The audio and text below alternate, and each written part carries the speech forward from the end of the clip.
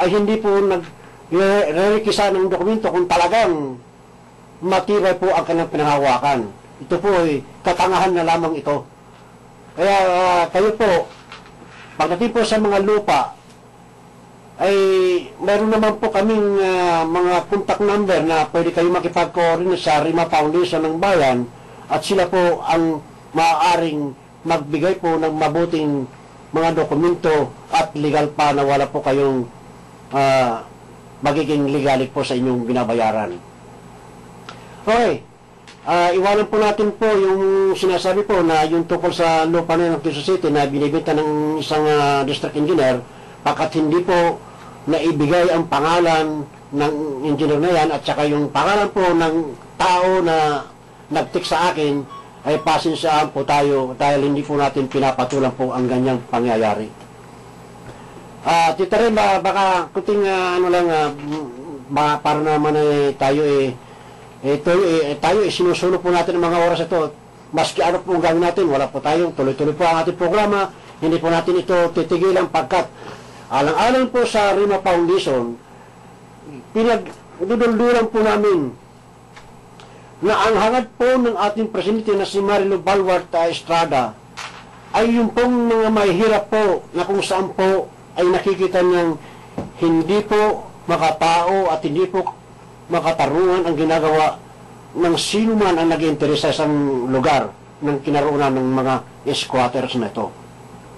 At itaram sa Matt, sa inyo pong palagay, ang lugar po ninyo ay tahimik ba sa inyong sa mga tao doon tungkol sa lupain ng kanilang tinitirikan? Pagkat alam ko na wala mga titulo yan. Ano po ang kanilang mga ginagawa? Dahil una, yung mismong humahawak sa lugar na yan, mga kandidato, ay mayroon pong pagkakataon na ibinabargin yan sa isang mga interesado ng mga negosyante.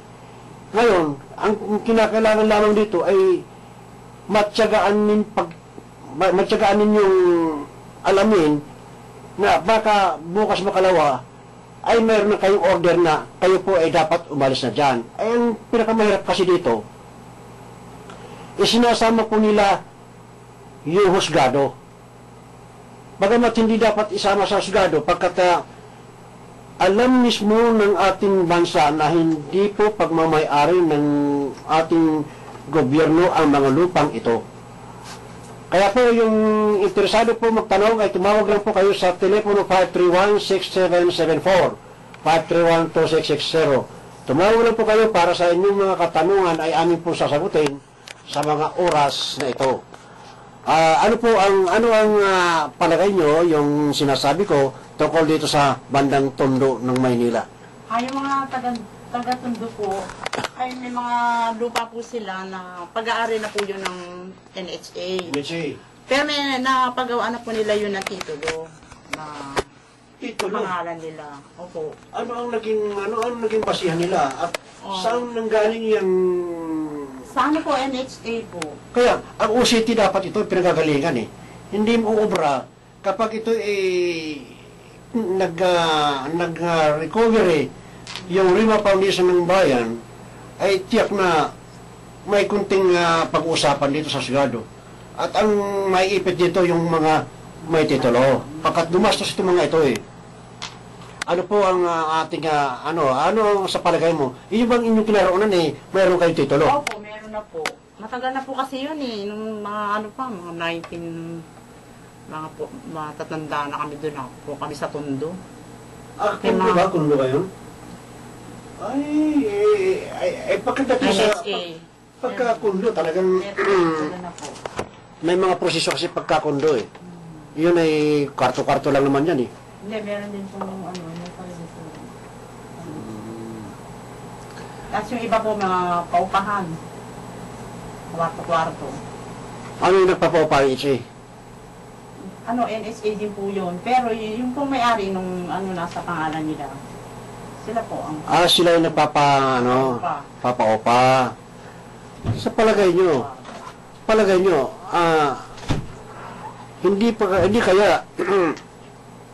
hindi kaya magiging isang problema kung sakaling dumating ang mga araw na ang ating foundation ay kung meron pong nagreklamo doon na pwede ba ang ating pong foundation ay i-clean na po itong lugar na ito pagkat may dumating. Bumati ka muna, Kabert, dahil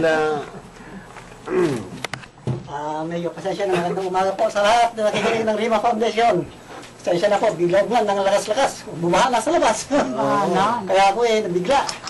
Samantala paggawa ko sa bahay, ang araw-araw alam mo may mga surpresa, talagang bigla-bigla yan. Kaya po, makinig ng Rima Foundation para magkaroon kayo ng sariling lupa at bahay.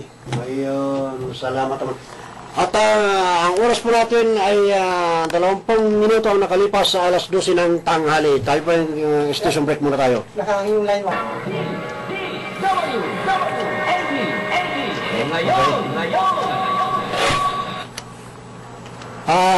Dito rin, nasa linya po kayo. Naibaba na siguro dahil Okay. Babalik yun. Oras 22 minutos ang nakalipas ng alas 12 ng tanghali. Ang araw po ngayon ay Sabado, Petsa 10 ng December. Ito ay Pasko na naman. Ilang araw lamang bago magpasko tayo. Ilang araw na lang? 15 days. Siguro, ewan ko, ako magtatago na siguro ako simula bukas. Kahit marami pa rin anak. Tita Rem, nasa ilan niya po kayo? Hello? Hoy! Tita Rem, nasa linya kayo. Kumusta po? Ano po ang ating kalagayan ngayon?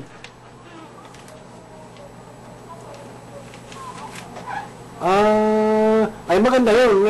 Kaysa mga pwede magsalita pero hindi ka pwede lumakad, ay malawak pero mararating yan. Kaysa yung lumakad hanggang dyan sa pintuan ka lang. Ang Rima Foundation po, kaya sinabi ng foundation yon, sila po ay ginagampanan po nila yung makataong gawain, yung magiging isang halimbawa ng magandang ginagawa sa kapwa. Ito po ay ang puso kasi ng ating pamunuan ng foundation ay makatao po at mapagmahal sa kapwa. Kaya po, mahirap po makipag-usap sa mga ganitong mga kausap na lalo kung mag-on-the-air, hindi ganito ang pag-uusapan. Kung sila po ay mayroon pong problema, pumunta po kayo ng husgado at doon po ninyo itanong. Pakat hindi po tayo, wala po tayong authority para ipaglaban natin ang ganito. Dahil una-una, sa abogado na yan, hindi po natin saklaw ang kanilang gawain.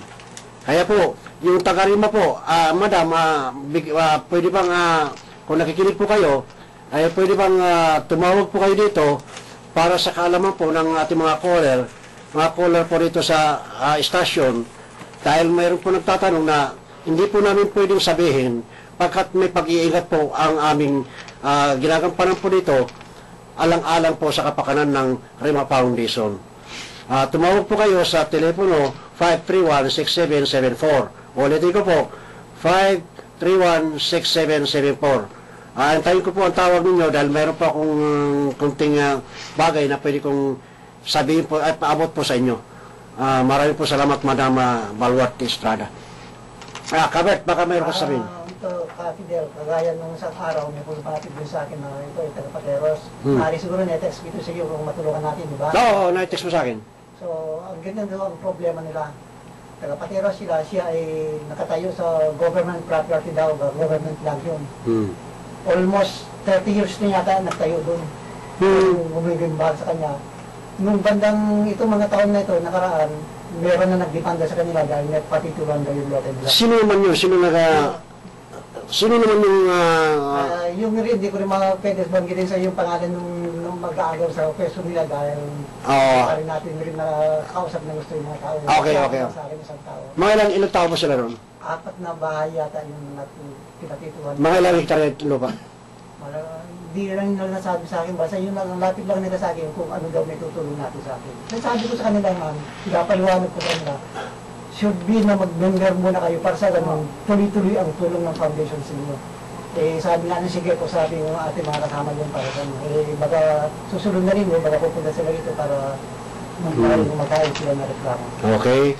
Okay, ay sige, at bigyan mo sila ng pag-asa dahil tayo naman nakaabang kung paano yung pwedeng gawin para sa kanila. Ayun naman, pinapaliwanag ko sa kanila, basta yung sa talagang mapasa kanila yun, hindi dapat ganun na inaagaw ng basbas ng tao, di ba? Oo.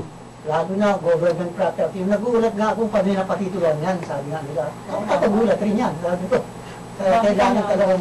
Katulad yung pinapaliwanag ko nga, ito, nandito pa si Atty. Casiano pinapaliwanag ko yan Yung parehong interesado, naglalaban sa husgado yan. Kung sino man nanalo sa parehong interesado sa property yan, ay siya po ang magiging kalaban dito sa tunay ng mamayari. Nakuha ko na, Kapil, mayaman daw ito nakalaban. Ayun, Ito, labanan pala ng pera na.